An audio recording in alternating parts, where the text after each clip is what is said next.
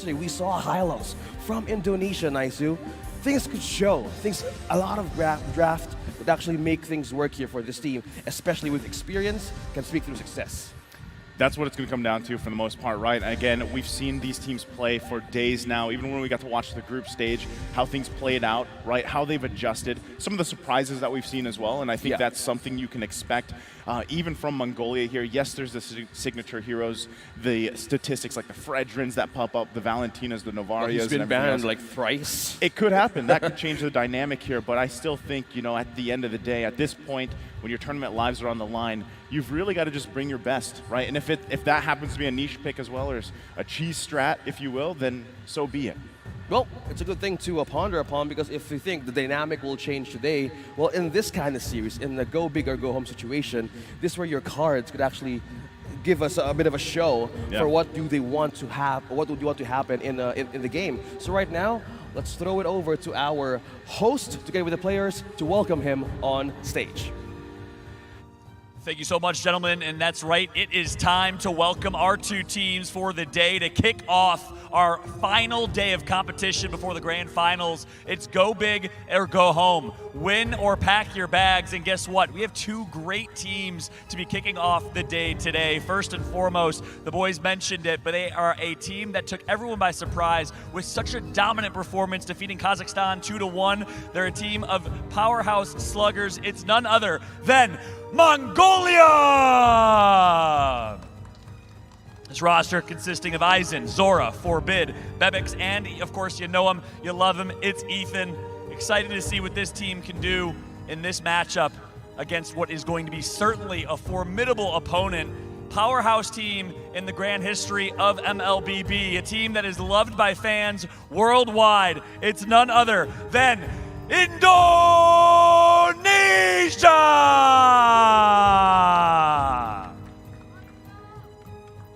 And I'll get one of you, please, to come join for some words in your language for your fans that are watching back home. Any words for people watching you at home? Buat seluruh fans Indonesia, dukung kita hari ini akan jadi hari yang panjang. Kita akan ngeluarin semua yang terbaik dan bakal menuju ke final. Love that energy. All I heard was final, and that's what I understood, and I know what that means. And I'm going to go over here as well and ask my friend in your language for any fans watching at home, any words for your fans. Дэмжиж байгаа бүх монголчуудад баярлалаа. Тэгээд оцсон яг давах том даваанхаа эхнийх дээр нэрчлээ. Тэгээд оцсон чатгаар ажинэ. Love it. Well, there you have it. Round of applause for both teams, everybody. Give them your energy right now live from Yash, Romania, and of course everybody at home as well. It's going to be a great matchup between Indonesia and Mongolia. Only one will progress. Who will it be? Well, guess what? We will find out to call the action. I'm going to go ahead and throw it back to our phenomenal casters. Take it away. Thank you so much, John, and that was Mongolia and Indonesia on the stage. Speaking about matchup, similarities, let's pick on one lane first. EXP to Rizla. This is what we like to do. Right? Pick a lane here, and exactly what do you want to focus on. You think it's the XP lane? Yeah, it's a factor. And also yesterday we see some different change onto the jungle picks. It actually works in Invade, and especially for Gang's early game. Non-meta picks actually works for Indonesia, but that is the thing that speaks from their experience. Yeah. How will Mongolia go through that if in the drafting stage there's so much more to be taken away from their own comfort picks? You know, and it's funny that you mentioned that, because right off the top of my head I'm thinking, man, it was great to finally see Joy come through, but not in the jungle. Yes. Like, not so much in the jungle, right? Even with that early first blood, like, still, you kind of see some of the weak points now where Joy is fitting into at least the jungle role. Yeah. It still could work really well, obviously, in the XP lane, thrown there if they want to, and heck, we've even seen it in the mid lane. Not so much lately, right? But still, I think if you do get your chance to pick one of those heroes that typically, so far here in IESF, you haven't seen too much. There's a little bit of that surprise factor. Now, when you look back at that performance yesterday, really it just, things got out of hand too fast for Indonesia in the Philippines matchup, right? So you're hoping, here, do we go back to these traditional picks that we're known for? But really, even if you lock that in, Francis, like we've been saying, man, is that's not always the answer, right? Sometimes it really is just obviously the execution between these two teams, and so far from what we've seen, even from Mongolia, and what makes them such a team that a lot of people wanted to cheer for was the synergy, like big name playmakers, right? That's why you mentioned Turizla, because again, Aizen was known pretty much for playing that Turizla, but now I feel like we're at a point where you can say there's so many XP laners that love that Turizla pick, but really, you know, if you're just wasting those penalty zones to be on the defensive, like you're trying to defensively use that penalty zone out and you're not initiating them, then what is that pick really for, right? So if it's open, sure, take it, but you have to make sure that you're not countered as well. Now, speaking of counter, we've talked about Joy, we talked about Turizla. One thing that stood out to me from day number 1 on the performance of Mongolia, they were the first team actually to use the Cho just in the playoff stage on day number 1. And on the screens, we'll look at the lineup of Indonesia. We have Saken on the go lane, we have Superken in the jungle lane, we have Surizo in the XP, Moreno for mid lane, and Vin for the roam lane. So we're talking about pickups, not about counters. So one thing that stood out yesterday was also the Franco. Yeah. The roam of Indonesia. I think Franco was like the so hero. much wonders yesterday. He's like the hero of the day, man. Day number 2. Hero of like the Yash 2023 picks. It's like Franco, man, you know? Longest chains, just completely having a great record, just having a perfect amount of flicker right onto your team. Amazing plays we've seen yesterday. Yeah. And even now, we could actually witness from these two teams we could actually pick up in the first phase of the draft. So, you know, with that, again, you're kind of just expecting maybe in the Franco to either be picked up or at least banned out. Another really popular hero so far, too, has been the Baksha, right? And we've seen even Mongolia like to opt for this. Let's take a look at the lineup here. It's Bevex in the gold lane, ZXO in the jungle, Aizen in the XP for Bid in the mid, and Ethan roam. And this is what we've seen, too, right? Even now that we're talking about roams here and how much of an impact they have through the course of the game, Ethan, you know, he really stood out even back again in the Asian Championships. He does also like to play some of the sustainability roams, and that has worked for them in the past, where you see him paired up with ZX Aura, maybe picking one of the assassin junglers and playing around that combination. If it happens to be an Angel Ling, could be, right? But again, when you're kind of expecting that first pick, let's just say off the top of our heads, it's going to be a Fredrin, you know that that's possibly going in the jungle, you know, you have to kind of decide, like, do we want to go utility versus utility for this? Or do we want to go some of that faster pace style, right? But what we've seen so far, even the past couple of days here, OSX, is that it faltering, right? We've seen how easy kind of it is to shut down some of these assassin-based junglers, and then it just kind of comes to a fact, well, all I can do is kind of split push, right? At least you can do something there, but still it's kind of that big deciding factor on how they want to build up these team compositions. Well, speaking of composition, and also upping up the game on our marksman picks here, Melissa is also a similarity, as well as the Brody. You talked about sustain. One thing they also capitalize on is the first pick on the Fred, and as well as the Eve, who's mostly, well, 70-80% shows up. Banned, rather. That's why, you remember yesterday we were actually seeing Eve banned out quite a bit. Right, and we saw a little variation. I would say the most variation that we saw from the mid lane anyway was the Kagura pick. Yeah, right, when that popped up. But you know, again, there's a reason why you have these two picks that are so actually, no, I should say 3 picks that are so dominant in the mid lane. You have Eve, you have the Navaria, and you have the Valentina. Right, for the most part, like that's where teams are going for. Yeah, and you rarely see it where teams actually utilize a couple different bans towards one of those heroes, because again, I feel like if you want to talk about the most staple, consistent lane, it's that mid lane, right? There's not a huge deviation from those hero picks there. And this really, again, it's like a foundation of a lot of these lineups, and you really can't argue with the fact that, okay, we've got this great utility ultimate in the real world manipulation to help with these objectives, or the vision provided by Novaria. The one thing we see a lot of, though, is teams even opting for a roam Novaria.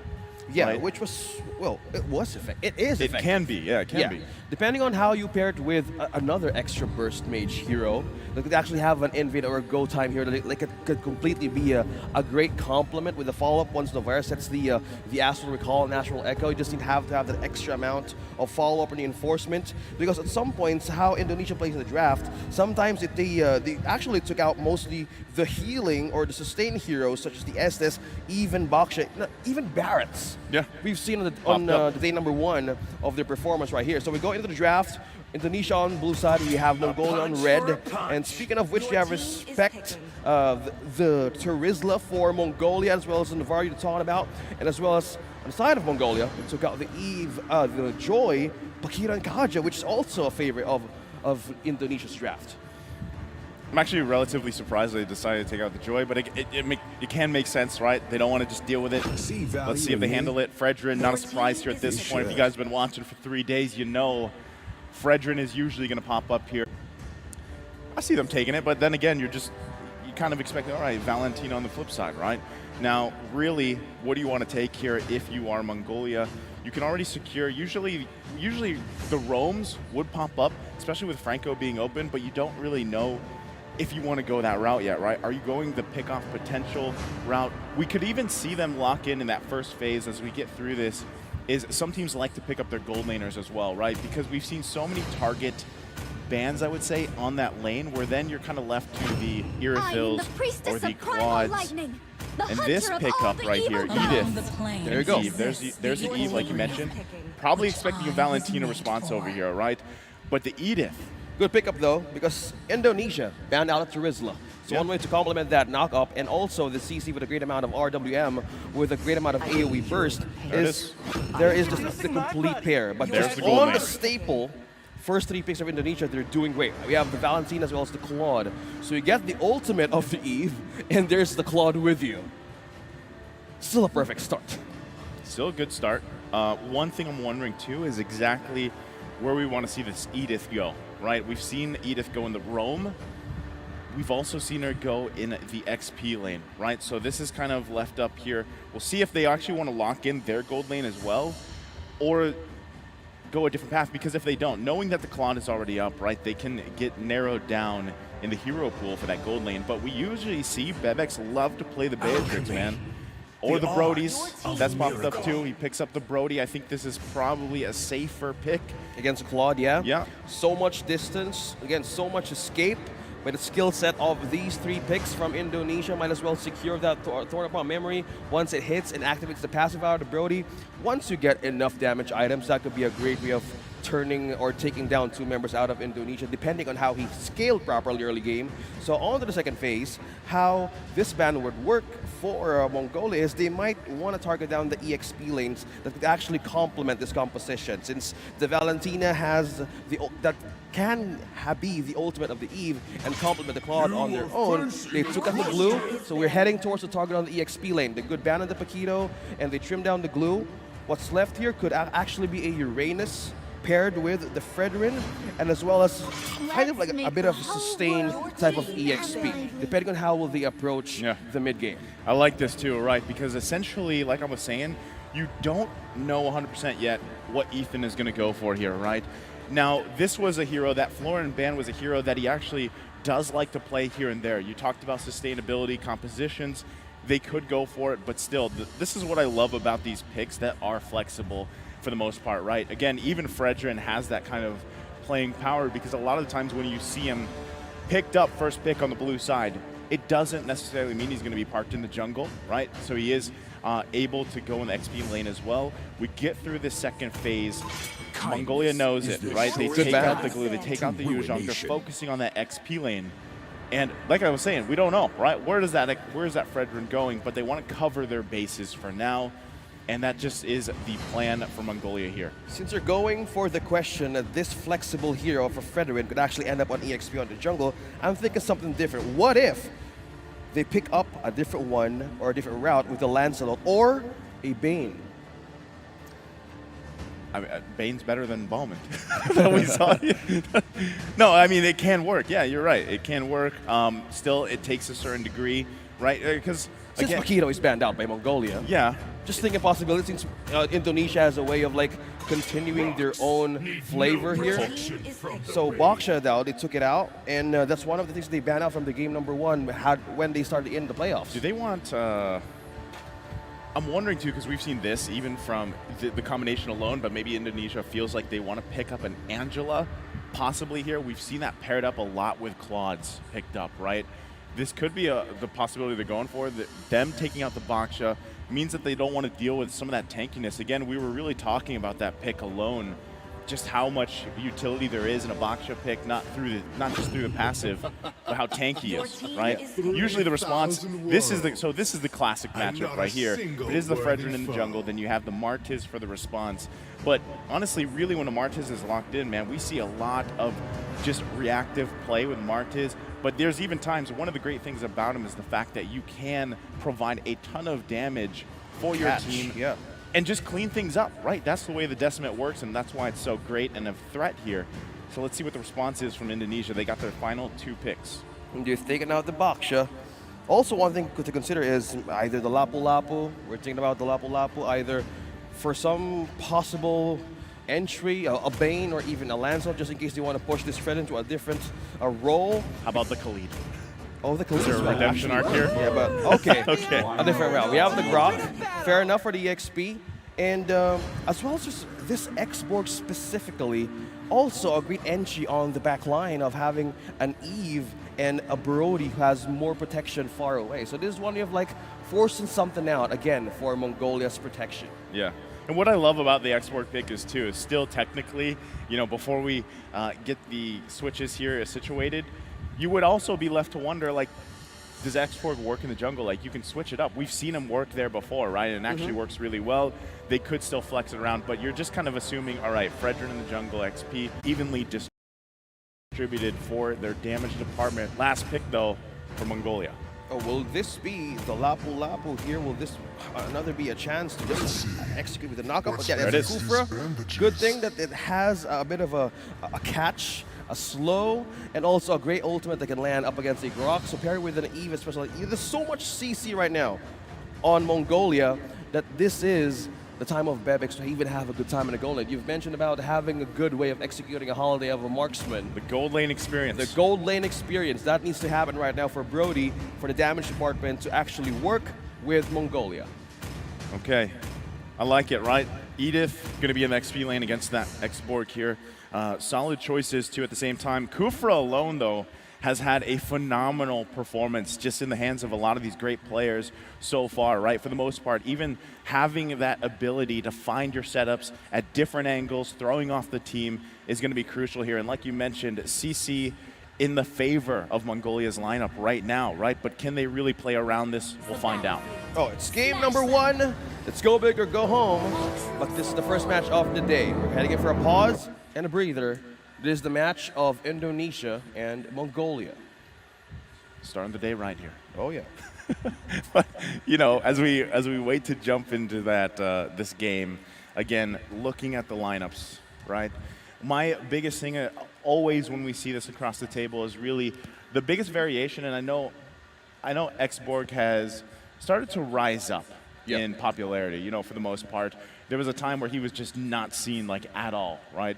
So my thing here for Cerezo is especially how do you utilize this in the XP lane, because we've seen it picked up before. It hasn't worked the best, at least, you know, here in this tournament for based IESF. on stats. Yeah, based on the stats. So, you know, the work there for Cerezo is going to be kind of cut out for him, but at the same time, you've covered a lot of these boxes basically by having, you know, relatively a pretty safe jungle. You should have a good time just farming up, focusing on those objectives, because we know that Indonesia, for example, has really, really mastered the objective takes, right? The turtle dances, the lord dances. They like to bait out their opponents, some of these early battle spells, some of these early abilities that they can get out and then punish the enemy. So if you're looking at Mongolia, a team that is known for their aggressive kind of style, right? They really like to just come out swinging. They have to be able to control some of that, right? Still be aggressive, still be decisive, because if you really want to topple a team such as Indonesia, such as the Philippines, you have to be able to actually set the pace, set your own pace, not get, you know, along for the drive the whole time here. Yeah, it's all about having the right tools, especially in the early game. But just by looking at the rotation, we've seen actually Eve paired with a Kufra. A lot of ways that they can delay jungler's path towards the orange and the purple. It's about getting the vision as well for Mongolia. But for the side of this, for Indonesia as well, a lot of things would actually work in terms of burst. You have a last insanity. You have one way of getting out the RWM from that Eve with Valentina and also the Grok for Indonesia. A lot of things could be shut down early game if they can actually have a quick visit on each of the lanes, because as of now, a lot of ways that they can actually have this Claude activated earlier is having more or even aid the goal lane as soon as possible. Yeah, I think that's part of it, right? We've seen so many teams do this too, is really just focusing on that gold lane. Either they put the pressure there or they just kind of like let it be. Let it farm up as much as possible. But for the most part too, the roams, that's where they really play their part, is how do they control that gold lane? Do they even put a lot of their focus there, or do they, put it elsewhere? And what we usually see, as we wait to get into this early game where we see things unfold, is a little bit of aggression from both sides for the most part, leading into that first turtle, right? And that's usually where the teams have to manage that level 4. Getting those ultimates available as we jump in here for this game. Again, game number 1 between Indonesia and Mongolia in this best of 3, deciding on the tournament lives here for IESF. Okay, let's take a look on the on the emblems of Super Ken and Salkin. We're seeing more of the staple picks for these heroes to survive early game. We have Electro Flashes, we have 2 Impure Rage for Cerezo as well, and for Moreno. Capitalizing on those spokes. We've seen the Impure Rage hybrid build yesterday. For damage heroes, for assassin heroes, you have that adaptive damage which you can actually utilize. But knowing that the X-Org doesn't have any mana, you get extra attributes for that. Yeah, and I think, again, look at this. Like, this is what you need to do, especially if you lock in the Grok here. Vin has to get the information he needs. I like, too, that we've seen this kind of variations between Grok players alone. And do they take that focusing mark emblem? Do they take the tank emblem? And play around with that, because really, so far, I love it when these roams take the focusing mark. I love to see it. Usually you see it on the Francos, though, a lot of the time. Since yesterday, yes. But occasionally, yeah, you will see it on Grok here. So, nothing too crazy or out of the ordinary early on. You're just going to kind of wait that 30 seconds for that first turtle. If they can get some of these battle spells out early on, that would be great. You see them, they're going to go ahead and focus and Vin a little bit, trying to get that flicker out if they can defensively here, but will be just fine. Yeah, still safe, still on level 2. We were mentioning about the concussive blast versus the focusing mark. Probably now he's capitalizing on HP-based AoE damage that can actually be utilized in the skill set of a Grok. Knowing that you're on for a vision, you're on for pokes, you might want to survive the first wave of pokes and exchange damages early on, especially for minute 2. No wonder he just keeps on going on to the river, checking on the jungle. But now, first turtles up for the game, we have Zoran, we have Super Ken. No members yet following up for reinforcement, but maintaining the border here, we have Indonesia and Mongolia present. Okay, less than half health here. Both junglers going to come down to it. Last Insanity already going to use. Super Ken securing it, but look at the damage there with that Last Insanity. Massive damage. 2 will fall here for Mongolia. They also lose the turtle. Good pick up there for Indonesia. Great start for this export pick by Cerezo. Indonesia making use of that early game damage with his own emblem as well. So Impure Rage benefiting more of the damage as well as an HP regen. You have more ways to survive your Ferrata armor and go into fights like this. You have more contention just like that. I mean, look how much pressure they're just putting here on ZXora right on his orange buff. They might not even allow him to get it, or they want to force that retribution as they do. Wow. Aizen going to take a little bit of damage. There's the Last Insanity once again, able to find multiple members. Woo! Can they follow up through it? Ken still there, but another member is going to fall for Indonesia. The response, it's a triple kill for ZXora. He was mad about them putting the pressure in the orange buff. Okay, we have more ways to counter that. Zora takes an avenue, looks up on the window to how will they counter Indonesia. The Asher Aura, you have more ways of decimating more into the damage of Indonesia, but going back on that replay, we've seen the Last Insanity being used over and over again. Once it's activated, it's one thing of having the burst right onto me. Look at that, burst right onto Aizen, onto Ethan as well. But one thing they had in for return was Forbid, was using the RWM to get a counter go, and as well as go in for the slow, this time around for the early game of an Eve, which is stronger with the poke potential. That's huge for, anytime you have this Martis here. He's also got that killing spree. It's always a threat, right? The way the Decimate works here. And now that he's got that triple kill under his belt, he's going to be the one confidently getting into Indonesia's jungle, right? And this will all lead into, again, that next turtle where you're going to see them both kind of set up here. Now, that was a great kind of interaction between what Indonesia wanted to do. They wanted to press that pressure, but still, Mongolia turns out finding a win, looking at the items here. Yeah, despite the lead here, we're seeing at Brody, we're seeing Bebix picking up the Blade of Heptasis now, just having the first item he needs for damage. Right now, turtle this up. We have Mongolia on site. We have Super Ken and Vin now looking up for a space to even take this turtle now. Sokken's not even going to be there, right? So this is a full force for the most part. Bebek's going to go ahead and clear that mid lane. A 4 versus 4. They're going to clash out for it. The flicker comes through with the wild charge. Can they get the turtle? It is going to be secured once again by ZXora. Now Super Ken on the run. Bebex makes it to the party. Chorizo trying to get out of here. Torn apart. Memory, though, will find the mark. He does fall. Turtle secured as well for Mongolia. Despite the trade of 1-to-1, we're now seeing the threat of the Valentina having the ultimate of an Eve paired with the ultimate of Chorizo now having 2 kills on a row. So with this point, it's all in an all-out situation that they actually initiate team fights such as this. Going back on the replay, they catch Aizen, they taunted them, they used the ultimates right into the turtle, but this time around, more of the damage dealers of Mongolia was there to respond. Bebex was just on the other hand using the free hit, releasing the turtle family right on time, just about the minute or second that Indonesia flickered out for safety. I love that too. When you saw on the replay, Finn literally just chilling there, waiting for that wild charge. Now in the mid lane, once again, Moreno gonna have to flicker out.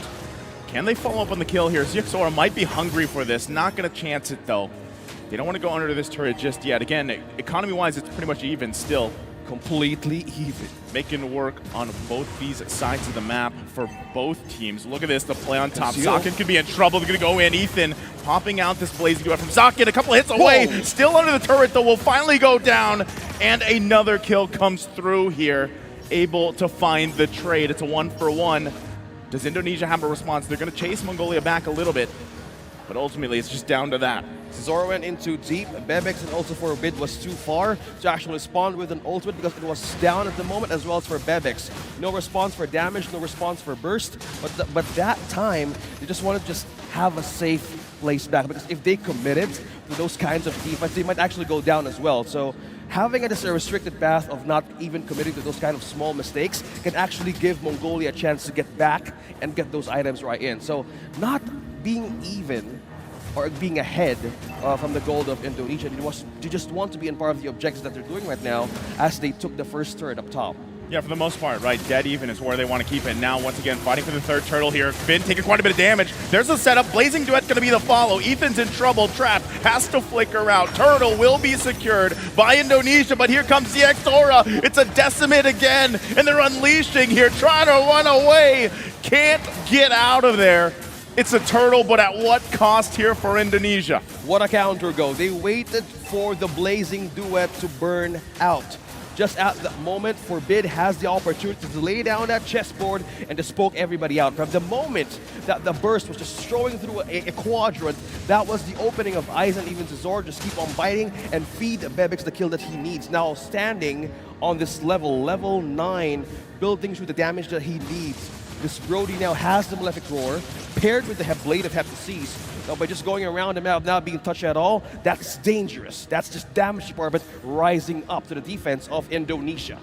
Yeah, and again, it's tough, right? Because right now, Socken, all he has, I believe, is a DHS. He only has that Demon Hunter sword. Not there yet, just where he needs to be on the Claude, right? You need some time for the gold to go in your favor. One thing that you know, until just recently, the past couple minutes here, they were keeping it close together. That's great, but at this point, they've got to have a response, you know, and I was saying this earlier, Ethan's going to jump in again. Nice rage there, finding 3 into the RWM. There's the wild charge. Can they have a counterplay? Super Ken's in trouble. Aizen able to pick up the kill. 2 down for Indonesia. ZXora sees blood here, but will back off. 3 members on the run. Mongolia coming through. It is only Ethan that fell there. Ethan with a great catch from that bush, completing another set of Tyrant's Rage and Tyrant's Revenge.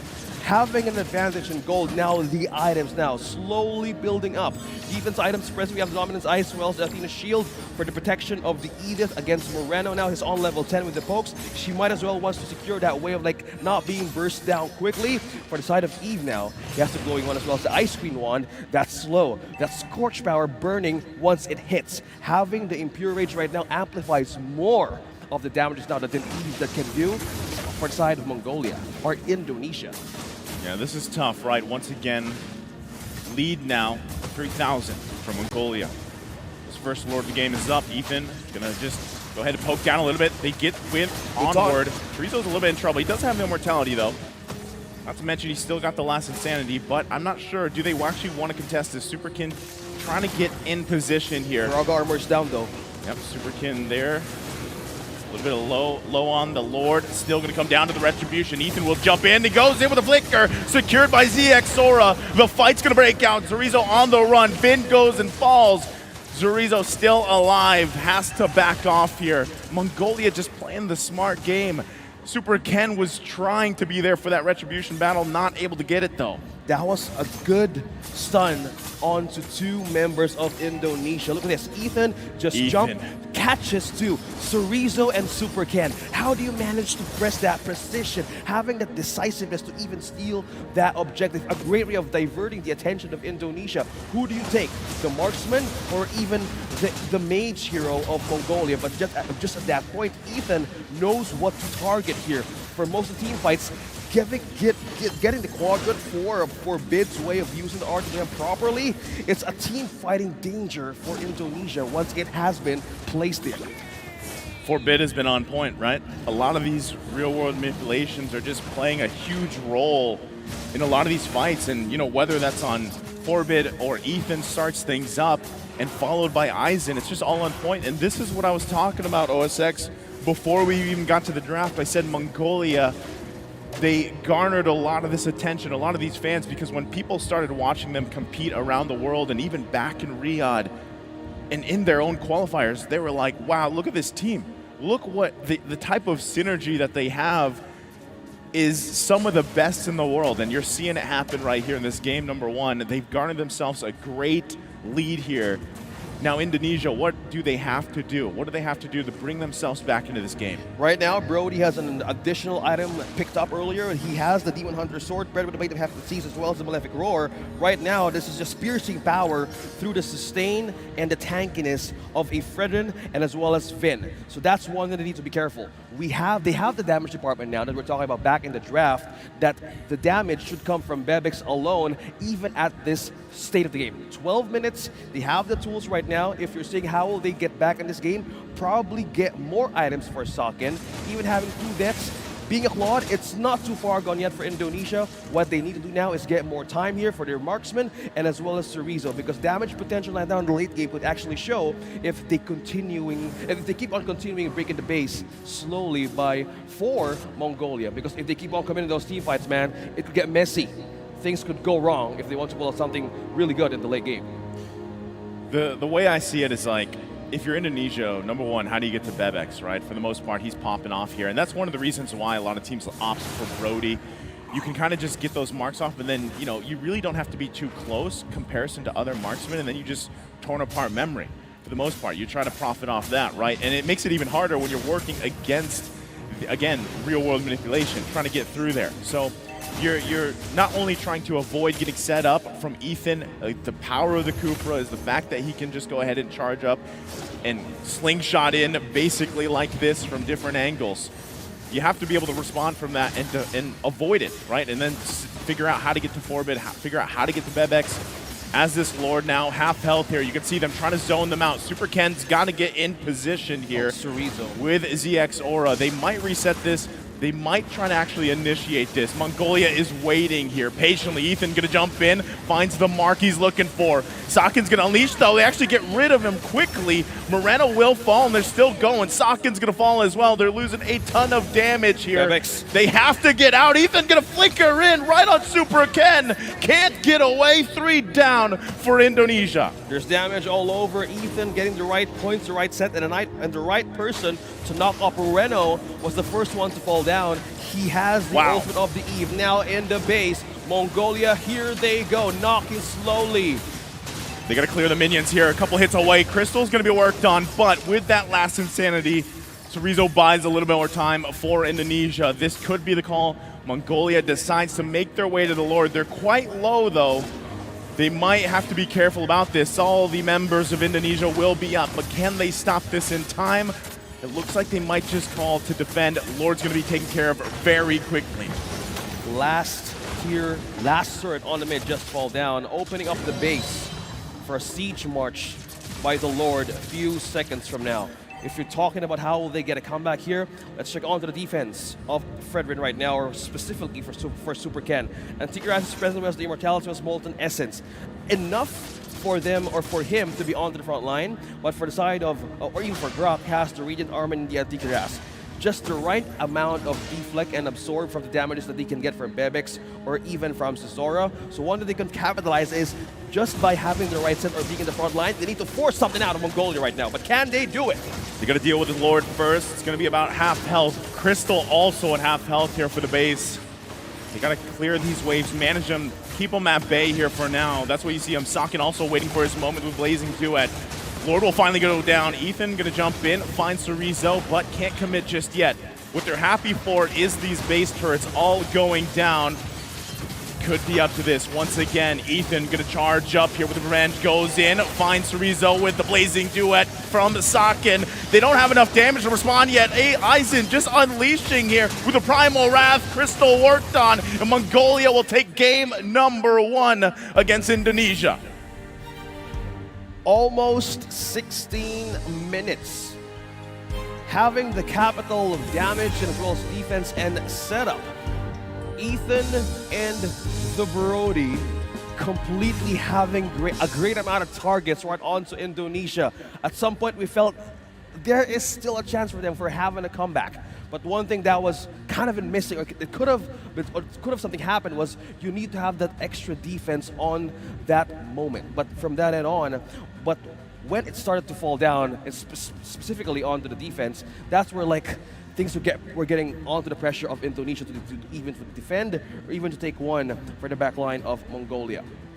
Yeah, and I love it. You know, it's interesting to see how a team like this, Mongolia, was able to just play their parts from early game up to that ending there. And it looked like, again, a team like Indonesia was just struggling to really keep up here. It's very apparent that the improvement that Mongolia alone has made, not just through IESF here at the WEC, but even before, right? When we saw them in the Asian Championships, we saw this refinement happen here for them, and it's clear that it's there. Right now, with all of that, you know, you have to really decide, like, I think one of the biggest things here, and we talked about Ethan quite a bit leading into the draft, Kufra time and time again has done really, really well. So let's see who the MVP is here. I'm not sure if it will be Ethan, but him and 4-Bit alone, they did so much for the team here just with the Eve. There it is, right? Eve, 4-Bit getting that MVP. Him and Ethan, they were just in sync constantly. You love to see it when it's like that, and he goes 2-0-13. But the main point here, that 94% kill participation, man, he was everywhere, and that's exactly where you want to be if you're locking in this Eve. 13 assists. This is also almost a best wingman record. Yeah. Right on this team. Having a 630 GPM and as well as damage for almost 5,000 or 6,000 rising to the occasion. Kill participation of 94% is what they needed for the marksman, for the Brody, as well as the catch of the Kufra. Just landing on the right setups. Yeah. Ethan having the game sense of where could Indonesia be gave them so much avenue to keep on feeding the kills onto that marksman. And you know, the scary thing about that lineup too is because, again, we had this Edith locked in, and I don't know if you caught a glimpse of it, but there's an item you don't typically see a lot because it is relatively new as well. It was the Starlium Scythe, right? And that paired up with the right heroes, especially someone like this Edith, just really allows you to just pop off, you know, especially when you're shining. It allows Brody to just stay at a distance. That's what they were going for. So great job there, game 1. Game number 1, this point goes to Mongolia, so we'll be right back after a few minutes from now. Don't go anywhere.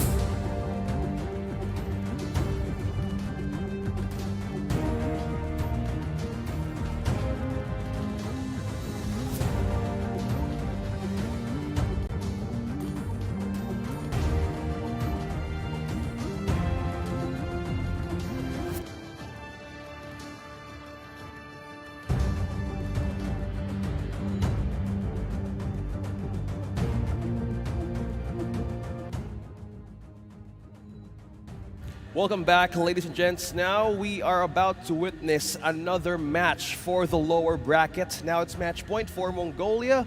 Now is the time for Indonesia to finally bounce back for this best of 3.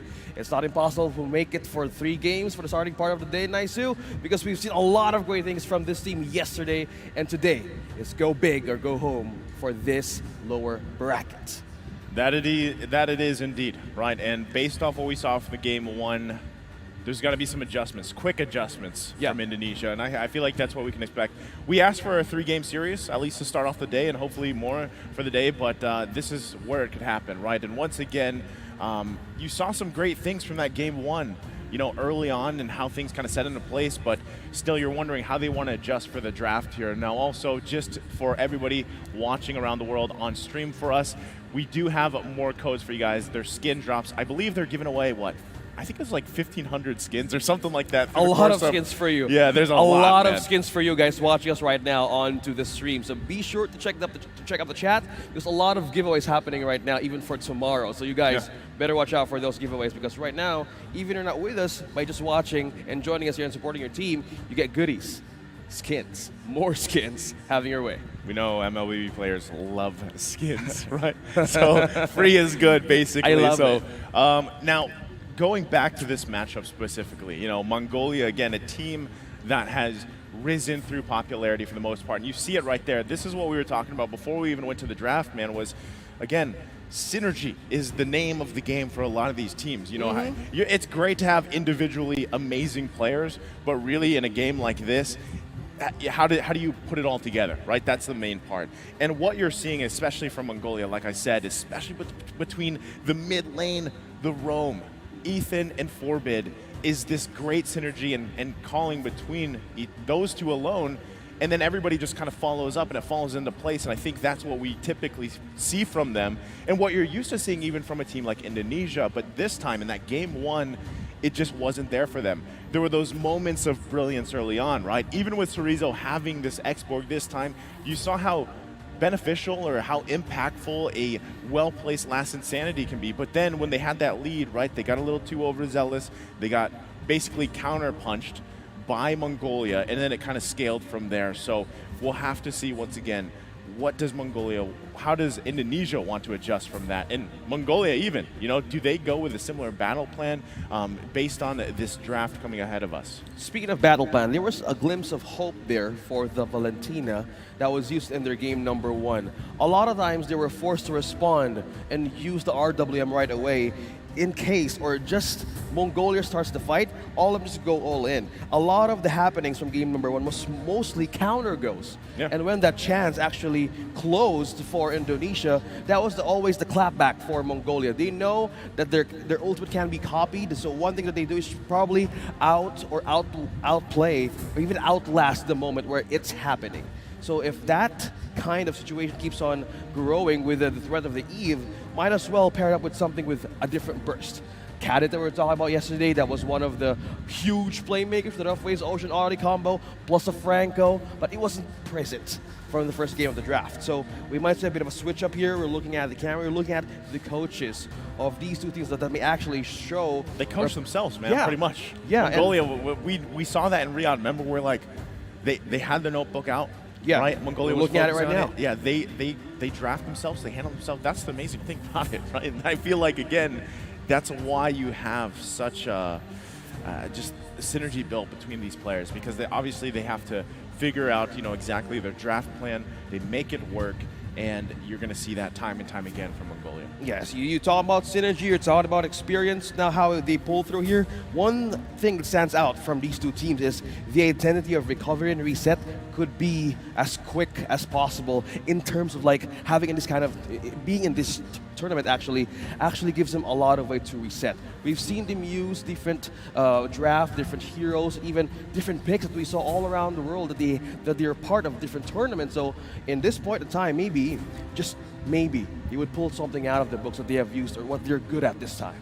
You know, the other thing too is the fact that, yes, we saw the Edith, the previous game, in the hands of Aizen, and this is in a way, you know, I feel like anytime you hear Aizen, you mostly think of Terizla. Like, if You mostly think of the flicker and the knockups and the yeah, like any of those heroes, but mostly all I feel the like flashy things. Most people are like, man, this guy can play at Terizla. But if you just watch even his gameplay with the Edith, it's very similar in form, and not only that, but you know, interestingly enough, the way that he builds it, right? You see a lot of these Edith players go for a little variations here and there, but I love the way that he approached the game. You can see that it is banned out, right? So over here from Indonesia, first phase, they did take out that Terizla Petito. Edith, the response on the other side was not anything too different. First picks, though, coming through, it is going to be that Fredrin that was picked up along with the Ferms and the Brody here. Yeah, good pick up here for the Uranus paired with an Eve. You have that AoE once again. You have that own lane sustain. You have that one-man army push for the XP lane. It was a factor, and you're up against either a Terizla, which is now banned. Good pick up there that how will they even secure their own counterpart having on this lane. So for these two picks at Indonesia, maybe starting, showing a good promise here on how they approach the draft. There you go. You have Vision, you have Poke this time, as well as Sustain. Do you like this, though? Like, you know, we've seen this now a couple times up to this point. The Novaria being placed in the roam, and then you usually pair it up, like Eve works. We've also seen it paired up with Farsa in the mid lane, who hasn't popped up as much, you know, so far, especially in the playoffs. How do you feel about that? Do you like the Novaria roam? Is it enough here to pair up with this Eve? You know what? One thing to pair up with this kind of composition for Indonesia right now, having the Novaria and having the Eve, this is a complete carpet from the Astral Echo plus the RWM. What is a good way to pair with a great recipe is having a great slippery assassin hero. One thing I'm thinking is Lancelot here. They ban out the Ling. We have Mongolia banning out the Fanny. It's kind of giving me the idea that this might be their chance to even use that. So they ban out the Baksha. A lot of sustained heroes, if they're kind of setting up this assassin hero to show in the composition of Indonesia right now, might as well take out the counter for that hero. One thing also to know is a tank hero, either Kufra, either Grok. We all saw Ruby yesterday. Yeah, we did. And it was good. And it was up against a Fanny, but you need just to manage the catch. Ruby can fit most of these lineups again, just through the CC available, through especially the combination, right? It's very similar to, if you will, a Franco. But now in this term, I don't know if they want to go that route once again. I just feel like, you know, you want to see, number one, for Indonesia, what kind of marksman do you want to take, right? That's a good ban. That's what you're talking about. Some of these assassin jungler options. Now for this, again, marksman, you know you're going to be going against the Brody here, right? You have to be able to have a better time than what just happened on the Claude, right, for Sakin. He needed too much time for the majority of that game to actually have that impactful blazing duet damage, which you're looking for, right? So not sure if he wants to go that route again. It might be better to have a different route. Whether that's the Beatrix here, it's just an all-arounder. It fits every pretty much situation possible. You could do that. You could also see a lot of, like we've seen, Irithyll pop up time and time again. But the similar Beatrix, fashion, though. I love it. Yeah. Pair it up with the Eve and the Novaria. Okay, they're keeping it safe. Prioritizing onto the jungler pick first. It's a good pick with the Martis. You have the catch. You have the follow-up from the Astral Recall. So good things to consider here is they're going to go with the last pick with their marksman. Either go in for the Beatrix or even for, as you said, well, since the Brody's taking a good hover here, we are looking at the glue. Oh, the Franco is back for Ethan as well. And a good sustain, though. Glue versus the Uranus. You have that spam, you have that poke, you have that lane to just be independent for a great setup heading towards your first objective. Now, looking at things at present, now you either might as well take the Beatrix with this composition, but they're going for the Melissa, which they actually had a great performance from the second day of the playoffs. Okay. Melissa. Need some stitches? I can help. It has worked, but remember when it was picked? I think it was day one, and it was against Franco. I think that was Maro playing the Franco and just was able to just disable a Melissa. You know, even with the way that her ultimate works and everything, you obviously have to be conscious of placement and stuff. Yes, you can work with your ultimate, but still, you have to be able to get to that point. Now, the damage does come a little bit sooner here. This is a better option, I feel like, than the Claude, like what we saw previously, right? And we saw how much just how much damage a great Melissa game can turn out for a lot of these teams. We've seen successful games, we've seen not so successful games on Melissa alone. So hopefully this is the answer for Indonesia, at least in the gold lane, right? You got to start somewhere, and hopefully you get that gold experience that you're looking for, gold lane experience, you build up, and then you're that big source of damage for Indonesia as they get through that mid to late game later on. Yeah, good source of damage, good source of vision. Well, a lot of pokes actually could either be used against Mongolia right now. This is a good draft. Heading towards this game number 2, it's match point for Mongolia. Let's see how Indonesia bounces back from this one. But looking at the coverage right now, hovering onto our map, we're looking at Super Ken, we're looking at Vin, gaining control mostly on the Franco's threat early game. Probably we all know how this delay goes. Continuing, you have great cover now. Vin denies the cover for the Franco. I say they're trying to have a great start for Super Ken. It's again match point. Indonesia, life on the line here. Best thing they can do is just, you have to avoid these Ethan hooks, man. Like if that starts the snowball for Mongolia, it's going to get very grim very fast. And you can see, Indonesia playing with a lot of aggression here early on. They want to get that lead the best they can. They want to get some of these battle spells out early on before, the first turtle of the game comes up. And if they can find a lead on any of these heroes, especially whether it's Vin, whether it's Moreno, that will help them set themselves up for success to take us to a game 3. Again, they're the ones carrying this part of the game, right? They need Sakin to just go ahead and farm up here against Bebex, as we see both teams getting it situated. Yeah, by looking at the matchup here up top, we're looking at the Glue, Aizen, we're looking at Surizo, who's mostly on this sustain now. So no flickers, no jumps. What he can do is he has this way of isolating members out of team fights since Eve is present. The threat is there. We have Magic Shoes pick up here for Bid. We have extra cooldown now on the first 2 to 3 minutes here to just keep on poking everybody out. But in a few seconds, we might see the first turtle contention from these two teams. Having out on level 4, we see Super Ken now, and also Cizora is still on level 3. Now Indonesia has more advantage out having coverage, having more damage to the turtle. So how will Ethan now be up a vision? I think it's to be denied. Yeah, just great call there from Indonesia. Okay, taking the